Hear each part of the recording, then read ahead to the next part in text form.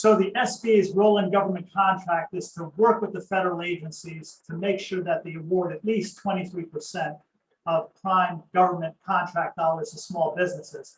And we help federal agencies to meet their specific statutory goals. And basically, I'm involved in managing the business development program. This is our team. We have Carlos Liu. He's the lead BOS. He is, I refer to him as a corporate knowledge. He's been doing this for about 11 years. You know, I came on board with SBA in December of 2016. But out of the three of us, I am the only extrovert. So guess who gets to do all the presentations? I just absolutely love doing this, and they love doing what they do. So we all kind of do the same thing, but I'm the one out there doing the presentations. So if you do get into the A program, any one of the three of us could be your BOS, and we will take good care of you. Okay, the federal mandate. So yeah, here's a pie chart.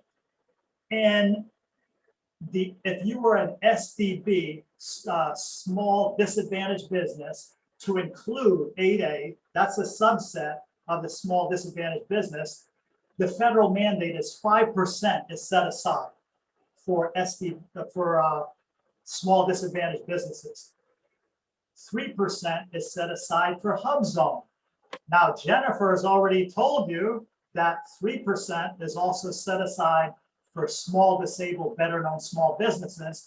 And if you happen to be a woman, and I know there's a few women in the audience, and you have your women-owned small business certification, 5% is set aside for women-owned small business. And then the red section, that's just overflow that creates the entire chart.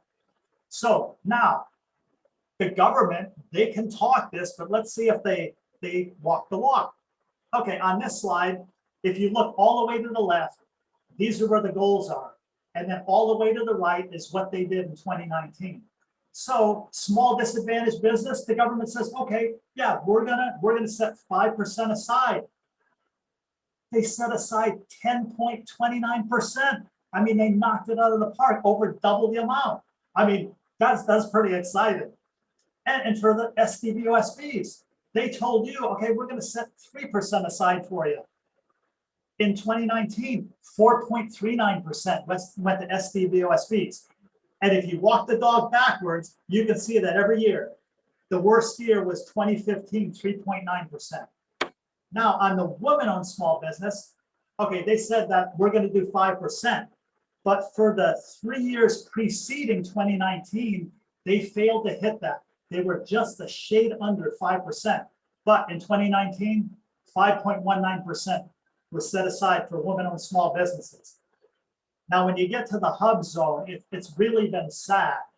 For so many years, while the goal is 3%, they've been awarding less than 2% to the HUBZone.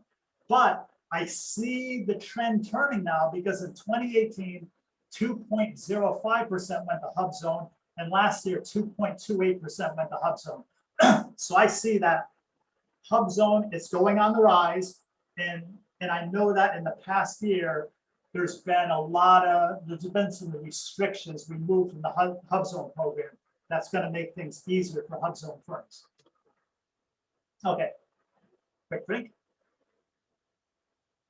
Okay, so basically I mentioned 2017, 442.6 billion in government contracts were awarded. So just to give you an idea of the dollar amount, 40.2 billion of that went to small disadvantaged business. 20.8 billion went to the women-owned small businesses.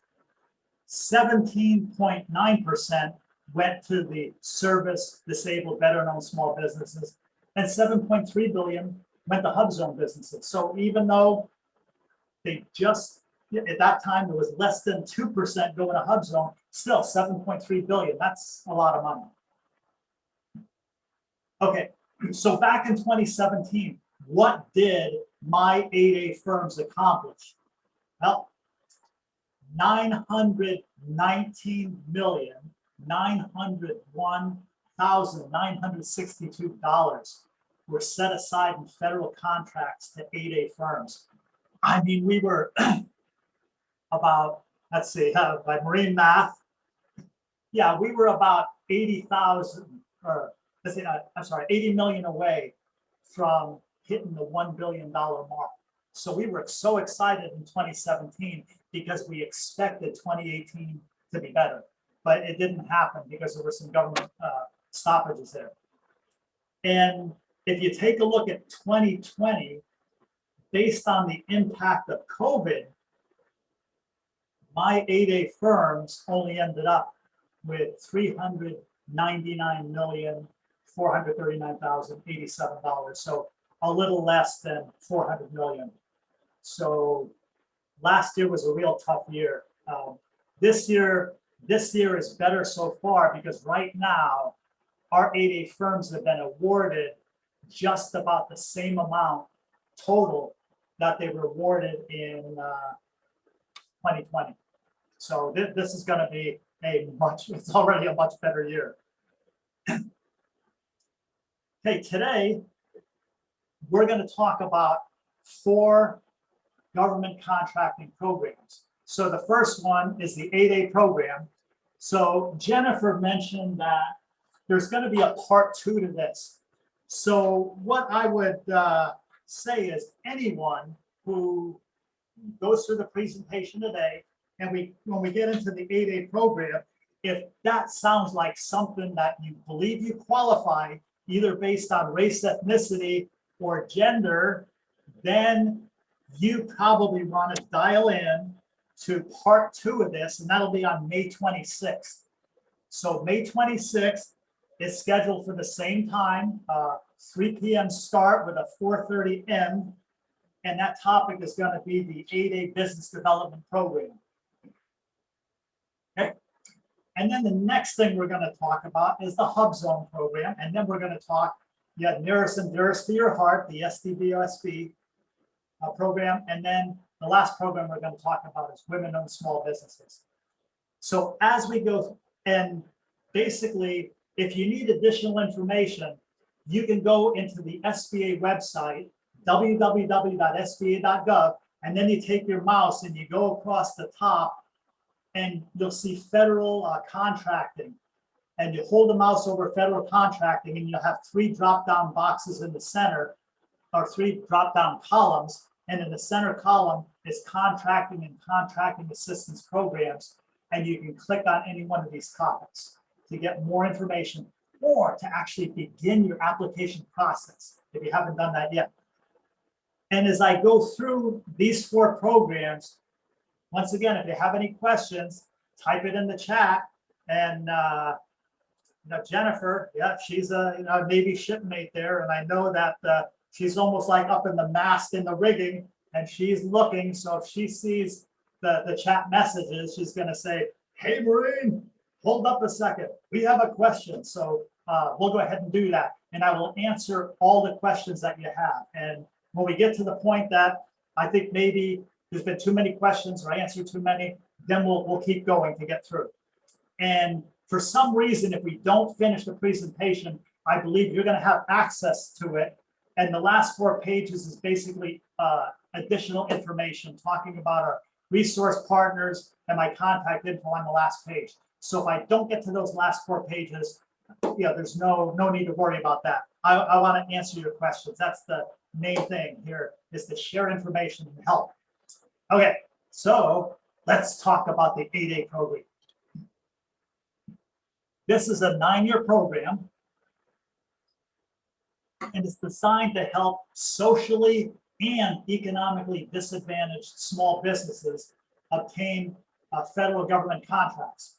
So how do you know if you're socially or economically disadvantaged? Well, our regulations, there's the 13 CFR, that's the Code of Federal Regulations, and Part 124.103, and then point 104. Those are the 2 paragraphs that discuss what are the requirements of being socially disadvantaged and economically disadvantaged. Remember, you have to qualify under both. So with the 9-year program, the first 4 years is developmental. That's where Carlos, Merrick, and we will get together with you, with your new firm coming in. we conduct orientation. We give you a toolbox with tools to enable you to be successful. And we want you to focus on getting 8A contracts. Certainly you can do subcontracting and stuff like that, but try to build up your 8A business. And then the last 5 years are transitional. These are the years when additional focus is placed on non-8A contracts. So let's say that you're a veteran and you land a contract, maybe with the VA, that might be an SDVOSB contract. Is that an 8A contract? No, it's SDVOSB. So that counts towards your non-8A revenue. So when you get into the 5th year of the program, you're required that 15% of your total revenue has to be from non-8A sources. And then in the 6th year, it's 25%. Now you see that the last 3 percentages are highlighted in yellow because those are new changes. It used to be 15, 25, 35, 45, and 55. But SBA came back and said, hey, we want to make things easier. We don't want to make it harder because for some reason, firms were struggling to hit that percentage in their 7th and 8th year. They were doing the 5th and 6th, but the 7th and 8th, they were having problems. So we want to make sure that when you graduate from the 8A program in 9 years, you're self-sustaining. You can walk away knowing that at least 50% of your revenue is from non-8A sources, and you can continue to do non-8A work. Because the 8A program, it's only one time. You're in for 9 years, and that's it. You can't come in a second time. Okay, how can you qualify for the 8A program? You have to be a small business. Okay, pretty easy. And the way to determine if you're a small business, take a look at that NAICS table I talked about, NAICS table. If you're in construction, 236220, as long as your revenue is not more than $39.5 million a year for 5 consecutive years, you're small. There's other NAICS codes that you could make $1 billion a year and you're going to be small because it's based on how many employees you have. So take a look at that NAICS table and that'll help you determine if you are a small business or not. It has to be owned, at least 51% owned and controlled by US citizens who are socially and economically disadvantaged. So it has to be a US citizen. If you come from, if you immigrate to the United States from another country, and you come in, you get your US citizenship and passport, okay, you're a US citizen, you can do that. If you don't have US citizen status, you can't go through the program. Here's another recent change. Have a personal net worth of $750,000 or less, adjusted gross income of $350,000 or less, and $6 million or less in assets. So every year, I do an annual review with all of my firms, and they have to meet this criteria.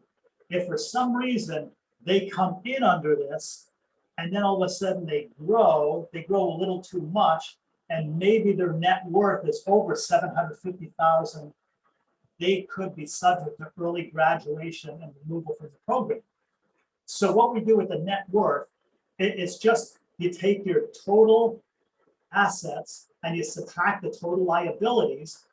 And then from there, if you have a principal residence that you own, you take the value, say the appraised value, and then you subtract your mortgage, and then you have that net value.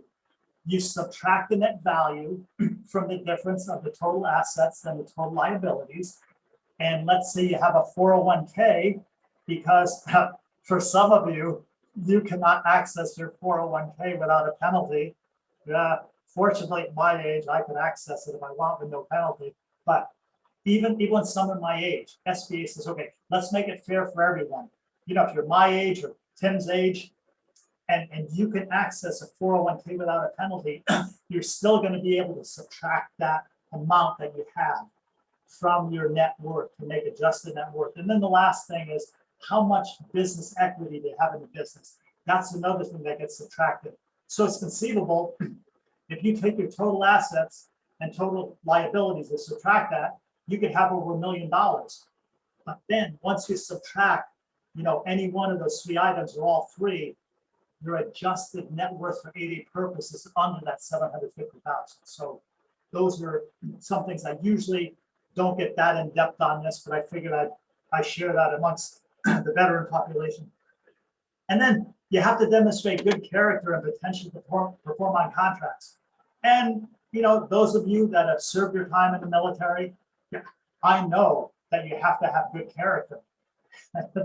You just have to make sure that you stay compliant. I mean, I know there's a retired master gunny in the audience, and there was someone in the Navy, the same rank equivalent as he is, and this guy did something real stupid by trying to bribe a government official.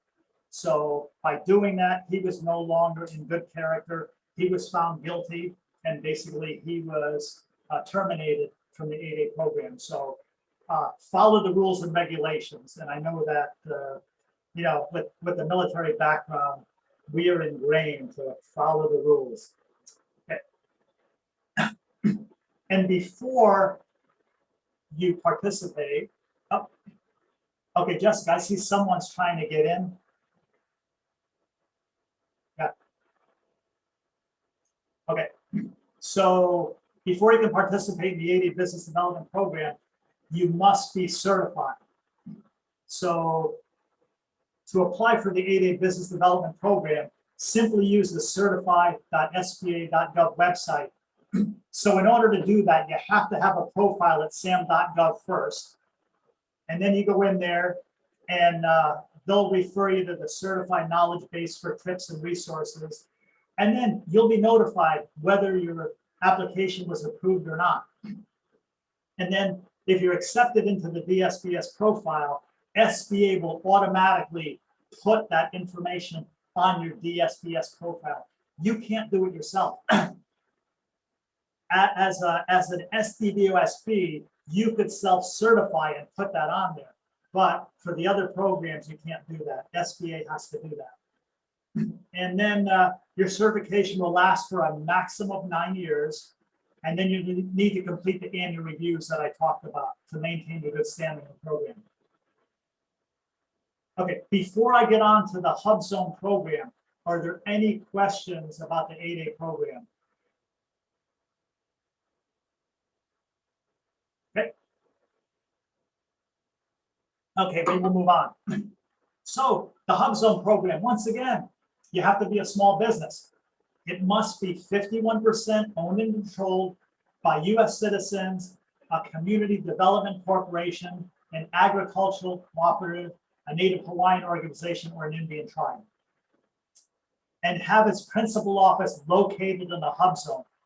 So how do you know if your business is in a HUBZone? Well, you can go to www.sba.gov, mouse under federal contracting, drop down to the center, click on HUBZone, and as you scroll down, you'll see the HUBZone map. You can put your address in, and it'll tell you either that you're in a qualified HUBZone, or you are not qualified, you're not in a qualified HUBZone, or you're in a restricted HUBZone. So if you see something restricted that has slashed lines, most of those expire December 31st of 2021. So if you're in an expiring HUBZone, you may want to decide, okay, should you move your business to be in a HUBZone? And so they made some changes now that every 5 years they're going to be updating the HUBZone map. Before they would try to do it every year. And the toughest qualification is that at least 35% of your employees would have to live in a HUBZone. They don't have to live in the same HUBZone that your business is in. It could be another HUBZone, but 35% has to reside in the HUBZone. So some of the new things that have come up is, let's say that you submit a proposal and you have 100 employees and 35 of them live in a HUBZone. And then all of a sudden you lose an employee. You can still be awarded the contract because you were at 35% when you submitted it, but you have a certain amount of time to go ahead and get back to that 35% level. So there is some leeway in there, where before it was just black and white, either 35% or more or not. Before you participate in the HUBZone program, you must be certified by the SBA. So here's the steps you take. Once again, have that SAM.gov account, and then make sure you have a general login system account, GLS. And you would apply for the HUBZone through the GLS. And then, keep checking your email for time-sensitive instructions to electronically verify your application within 10 business days. And then if SBA is asking you for information, make sure you provide everything they ask for, because you want to make this a smooth evolution. No matter what certification you're going for, you want it to be a smooth transition. And update your SAM.gov profile to indicate you're a HUBZone business after you get email confirmation from the SBA. Okay, and recent changes. Here we go. So the HUBZone people are saying, hey, we will process your application within 60 days, provided it's a complete submission. If you're missing any documents, it's going to take longer. All HUBZone maps are frozen through 2021, and now will be updated every 5 years. And then a small businesses that purchase a building or enter a long-time lease of 10 years or more may maintain HUBZone eligibility for a total of 10 years, even if that office no longer qualifies as a HUBZone. So let's say that you have a 10-year lease and you're in a HUBZone that ends up becoming restricted and then it goes away. If you have that 10-year lease, you're still going to be considered a HUBZone. And then you'll need to recertify for the HUBZone program once a year. It used to be every 3 years you would have to recertify. Now it's every year. And then there's a program examination that'll be required every 3 years. So every 3 years, they'll ask for additional information, and they'll have to verify that you're still eligible. And then the other thing is there's a HUBZone visit that periodically SBA headquarters will reach out to me, because I'm the guy that does the HUBZone visits. And up until this point in time, every one of my HUBZone visits were unannounced. So being a Marine, I did a clandestine insertion where I arrived at your company and you didn't even know I was there until I got there. So now with COVID, I am definitely not going to be doing any visits. So if I'm asked to do any in the future, it'll probably be a virtual one where I say, hey, this is John, and I'm here to do an unannounced HUBZone visit, but hey, I can't do it unannounced, so it's going to be announced. And basically we'll do it virtual, and I'll make sure that everything is how it should be, look at signage, and make sure everything's legit. This is a real good thing. If you want more information about HUBZone, you can go to the SBA website, or every Tuesday and Thursday from 2 to 3 p.m. Eastern time, they have a HUBZone call where you can dial in and you can ask questions. And this has really been helpful for a lot of our firms. And then if you have any other questions, you can go to HUBZone@SBA.gov. Okay, speaking of questions, any questions on the HUBZone program? Okay, no. Okay. Now, how to become an SDVOSB. Okay, I think this is what you've been waiting for. Okay, once again, you must be small based on NAICS code. Now, here's where the SDVOSB program is a little different. It must be 51% owned and controlled by one or more service-enabled veterans. So let's say Tim and Jennifer were in the same company. They're both service-disabled veteran, and let's say that each one of them, or between the two of them, they owned, say, 80%. And then there was a non-veteran that had 20%. Okay, they would qualify for the program because it's one or more service-disabled veterans that makes that qualifies. That's more than the 51% because they own 80%. So if I took a look at that scenario, I might say, hey, okay, I can tell that Jennifer is female. I believe that her race ethnicity could enable her to qualify for the 8A program. Tim, you appear to be Caucasian, male. So what you might want to consider, if you both own 40% or pretty close to it, hey, Tim, why don't you, moving forward, why don't you set it up where maybe, oh no, no, sorry, I was thinking something, because here I am thinking of this, because the SDVOSB, or I'm sorry, the 8A and the WSB's got to be 51% on that side. So in that scenario, in order to do those three, Jennifer would have to have 51%. So okay, my bad there. I will do some push-ups after this one. So one or more SDVOSB must manage the daily operations and make the long-term decisions. And then eligible veterans must have a service-connected disability. So I have never seen it anywhere in writing what the disability rating has to be for the SDVOSB program. So I would say that I've got a couple of scars, here and here. Just the 2 scars would make me 0% service connected. So I could apply for SDVOSB.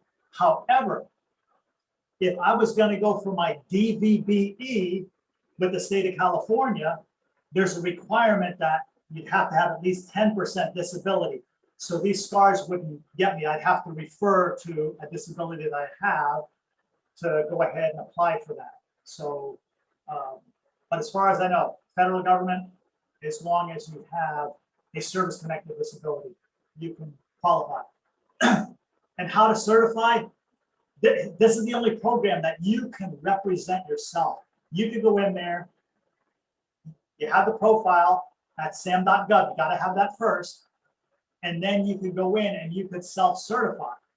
Now, if you want to do business with the Department of Veteran Affairs, which they do award a large number of contracts to veterans, you'd have to go through their Veterans First contracting program. And there's a link that takes you to the Vets First verification program.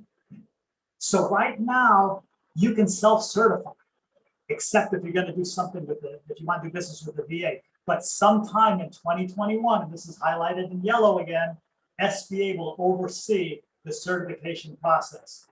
So at some point in time in 2021, SBA is going to say, no more self-certification. This is how you have to do it. But you'll still have about a year until everything gets rectified and it's implemented. Any questions on SDVOSB before we go to women-owned small business? Okay. And women-owned small business, once again, have to be small based on NAICS code, at least 51% controlled and owned by women, okay, that's plural, who are US citizens, and have women, plural again, manage day-to-day operations and also make long-term decisions. So there could be a group of 2 or 3 women that collectively, they have more than 51% of the business. Woman A, she could be the primarily owner. Woman B could be the one that's, maybe making long-term decisions or handling the day-to-day operations. And it's just like briefing the commanding officer. You go in and say, okay, here's my 3 courses of action. This is what I think I can do. And so you can have more than one woman involved in that. And to qualify as an economically disadvantaged business within the women's contracting program. So let's say if you are in the 8A program and you're a woman, and let's say that you self-certified in the past, but as of think August last year is when they came out and said, okay, SBA is going to take over this thing. And I think in October is when it started taking effect. If you're in the 8A program and you apply through the regular certification process to get your SBA certified WOSB certification, you will automatically get your EDWOSB certification because you've already proven to be socially economically disadvantaged to get into the 8A program. And so in order to do that, meet all the requirements, and then be owned and controlled by one or more women, each with a personal net worth less than 750,000, owned and controlled by one or more women, each with a adjusted gross income of 350,000 or less, and then be controlled by one or more, and each woman has to have $6 million or less in personal assets. So this was done so it aligns with 8A. And here's the part in yellow. Okay, before firms can compete for any WOSB federal contracting program set aside. So let's say that you wanted to pursue something with SPAWAR or maybe NAFAC Southwest or MCTISA or MCI West at Pendleton. You would have to go through the new process on beta.certified.sba.gov and go through that process and get approved through SBA, or you can go through an approved third party. I'm going to talk about the third party in a minute, but I'm an advocate about getting free assistance that SBA and the SBA resource partners provide. So on the website, you can go in there, you can access checklists that provide guidance, explore your company's eligibility, find answers to any questions you have for your eligibility, request information from the SBA program assets, create an account. Now, the WOSB team at SBA headquarters says that they will render a decision within 90 days of a complete submission. So remember the HUBZone, they said 60 days. WOSB, they're saying 90 days. And I can tell you, I was on a call probably 2 weeks ago with the WOSB team, and they have about 2,000 applications a month. So out of those 2,000 applications coming in, how many of them do you think are complete? So there's a lot of sending it back because it's not complete. So, hey, the best thing to do is do it right the first time. And then hopefully within 90 days. Now, what I did is that one of the meetings I had with the Women-Owned Small Business team, probably 2 months ago, I reached out to all of my 8A firms and HUBZone firms, and I said, hey, here's the new process. Here's all the information on it. I managed to check my firm, and I found out that 50% of my women business owners did not go through the SBA certification. So I went out and said, hey, I just noticed this, and if you do it right, you're going to see SBA certified here, and then you're going to see EWSB if you're in the 8A program. If you applied, you're going to see pending status. If you don't see anything, that means you didn't apply. So here's the information you need to do that. And as a result, I have received a lot of emails coming in that say, hey, I put my application in September 22nd, and they have not approved it yet. So if I know it's over 90 days, then I go to the WSB team and say, what is going on here? You had 90 days, it's been 105, and reach out to the firm, let them know what's going on. If things are incomplete, let them know. So that's all I can do. They don't work for me. I can just reach out as an advocate. And let's see, any questions on the okay, so we have this one here. So, yeah, so you have to update your information on your DSBS profile, betacertified.sba.gov once a year to maintain your status.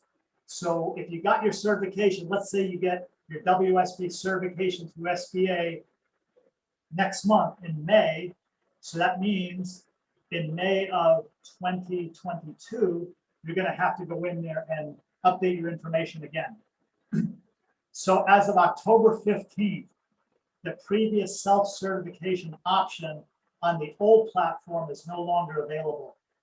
So any woman-owned small business that wants to get that certification has to go to beta.certified.sba.gov.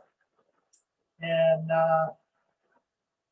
all documents previously uploaded and certified will be available through March 31st, 2021 for retrieval. So anything you've submitted before, you can get. And if you're currently self-certified with any active contracts, you'll remain certified for the duration of existing contracts. So let's say, Therese, you were awarded a woman-owned small business set-aside. And basically it was a 5-year contract and you're currently in your 3rd year right now, you're okay, because for the purpose of contracts, including multiple award contracts with durations of more than 5 years, including options, a self-certified firm must get certified by SBA or an approved third party prior to the end of the 5th year of the contract. So for those purposes, you're in your 3rd year, you're okay. But by the time you get into your 5th year, you need to make sure that you do that. And I think the next slide will be the last one for the WSB. Okay, this is a third-party certification. So if you were having difficulty doing it yourself, before you go to the third-party certification, I think that the next few slides coming up will talk about some of our awesome SBA resource partners that can help you for free. And there's the North San Diego SBDC out of Carlsbad, and then there's the South San Diego SBDC that's in National City.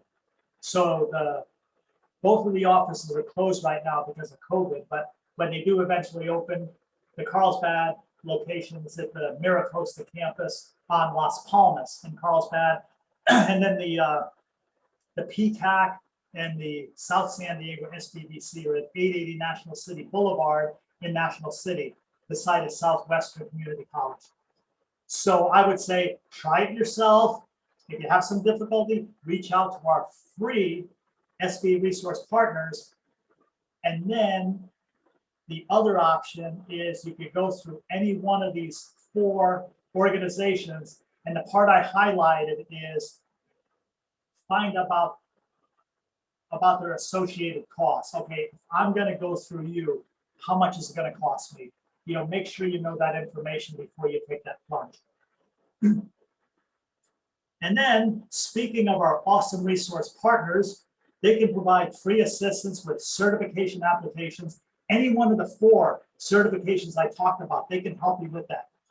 What about writing a proposal? You may not have done this before. They've got training on how to write proposals. They can sit down with you and say, okay, hey, show me the RFP. Let me take a look at that. You know, what's the statement of work? And they can help you with that. They can help you with market research. Plus, there are many free training classes or low-cost classes available. So I have the highest regard for the SBA resource partners. And so the SBDCs, there's 3 locations: Southwestern College, as I mentioned about, Carlsbad, and then there's one in Imperial County. So that's out in El Centro. So in all the time that I've been involved in 8A program, you know, about 4.5 years, we've only had 2 8A firms that were way out from the El Centro area. You know, most of our firms are in San Diego County or North San Diego County. And basically, the mission of the SBDCs is to build, sustain, and grow small businesses, promote small business development, and enhance local economies by creating businesses and fulfilling its mission of creating jobs. So they're out there in the community. And PTAC is co-located with the South San Diego SBDC The Women's Business Center is also there. The International Business Center is also there. And so their mission is to provide technical assistance to businesses that want to sell products and services to federal, state, or local government. And they can assist with the ADA application, writing proposals, training, and counseling. There's one that isn't on here. There's the VBOC, the Veteran Business Operations Center. So the local VBOC in this area is Hazel Beck. She's a Navy veteran. She does a great job. So she can also be reached through the North San Diego SBDC. And I think the last slide coming up, yep, this is the one. If you haven't had any questions yet or thought about them, this is your final opportunity to ask questions. So I've got my email address. So if once the presentation's over and you're sitting down at dinner and go, I should have asked them something. There's my email address. And then you can also go to the SBA website. There's a ton of information up there. So at this time, any questions? And while you're thinking of those, I just want to tell you that, hey, it's an honor being with all of you here. And yeah, I want to thank all of you for your service. Yeah, and those of us who serve, well, yeah, we're all brothers and sisters, no matter what service you're in.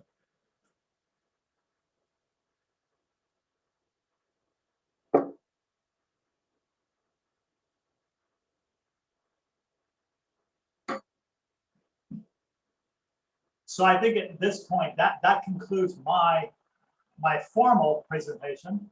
And Jennifer might have some closing comments or something. And then if you are thinking about the 8A program, remember March 26th and I'm sorry, May 26th would be the one specifically on 8A.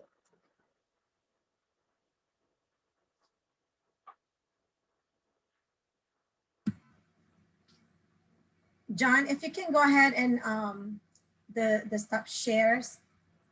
Yep. Let's see. Oh, this is pretty bad. Oh, there we go. I was going to say this Marine was going to have to ask a sailor for assistance.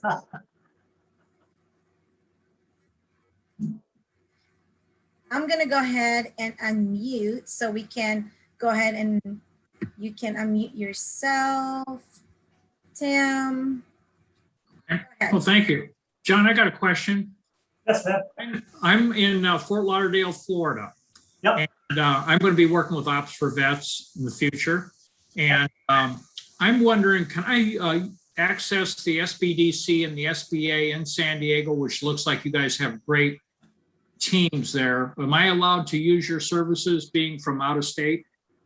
Oh, I don't know. I'll have to think about that. Yeah, the answer is yes, you can. However, when I do a general presentation, everything across the board, we have 68 districts in the SBA.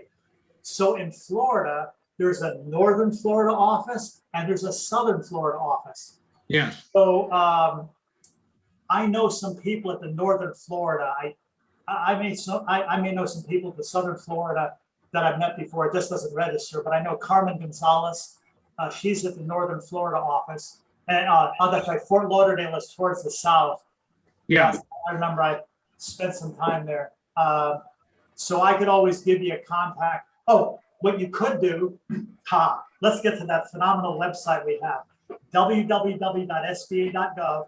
You take your mouse over the top. There's about 5 headings there. One is local assistance. And yeah. then move down, you can click on district offices. You put in Florida, or you type in your zip code. And then the Southern Florida office should appear. You can click on that, and they should have a PDF file that has information on their SBA resource partners. So then you could go direct with someone in your area, and that would probably be more advantageous to you because you're all on the same time and you're in close proximity. Oh, I got that. Yeah. If you have any veterans say, hey, yeah, matter of fact, Sally, over at the SBDC in Fort Lauderdale. She's awesome. Yeah, you can go see her, or here's her contact info. Yeah, so like for instance, in our SBDC, which I have access to them every once in a while, but we have somebody that was really great, but he's been out on sick leave. And sometimes the offices are overwhelmed and they don't get back to you. So I would just go to somebody else in the state of Florida. Is that what you're saying? So Yeah, I you would can do that. Yeah. somewhere else in the state of Florida. I understand. Yeah, I would go in and take a look. You could Google SBDC, Small Business Development Center, Florida location. Yeah, You know, if you don't find it on the SBA website. yeah. Because I do know some of the offices are better than other offices. Yes, that is true. And you know, Advice and the people that work in them, et cetera, et cetera. yeah, and for instance, our San Diego office, the three of us, we actually do more business development. I mean, our firms probably have, I think there's probably only a couple other locations that have more revenue coming in than ours. Oh, interesting. And one of those would be in Washington, DC. So, Yeah. I mean, we're way up there. And our resource partners that we have, the two most amazing people I know, one's at the North San Diego Small Business Center, that's Cheryl Brown. And then the second most awesome person I know, Brett Householder, he's at PPAC in San Diego. And you know, every person that I've sent to them, they've helped them. Oh, that's great. Good to know. Thank you very much, John. Okay, thank you. Any other questions?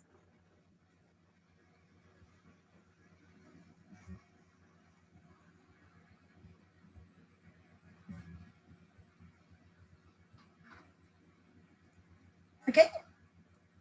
Again, thank you, John. Anybody else? Yep. Okay, so thank you, John, for today. Thank you so much.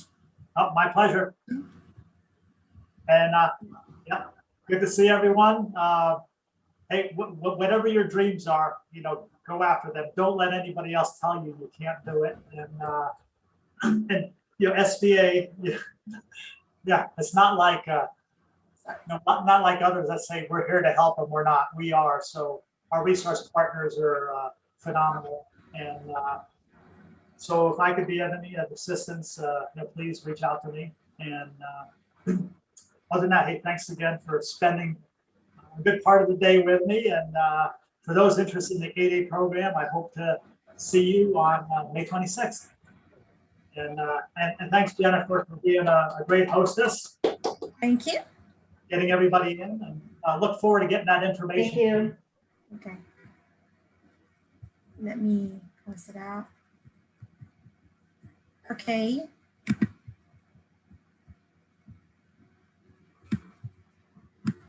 Okay, thank you, everyone. So I just wanted to give everyone, don't forget, our next session is on May 17th, and that's doing business with the VA and with Jay, okay? So again, good night, everyone. Thank you so much.